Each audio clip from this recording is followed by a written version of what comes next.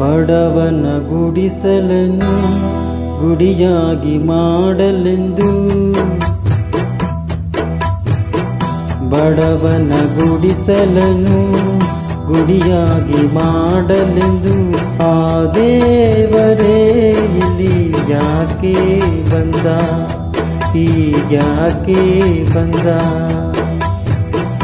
ದೇವರ ನೋಡಲು ನೋಟವಿಲ್ಲ, ಆದರೂ ಕಣ್ಣ ನೀರಾಗಿ ತುಂಬಿದ. ಬಡವನ ಗುಡಿಸಲನ್ನು ಗುಡಿಯಾಗಿ ಮಾಡಲೆಂದು ಆ ದೇವರೇ ಇಲ್ಲಿ ಯಾಕೆ ಬಂದ. ಸೂರ್ಯ ಅಂದರೆ ಏನು ಅಂದುಕೊಂಡೆ, ಅರಿಯದ ಸಾವಿರ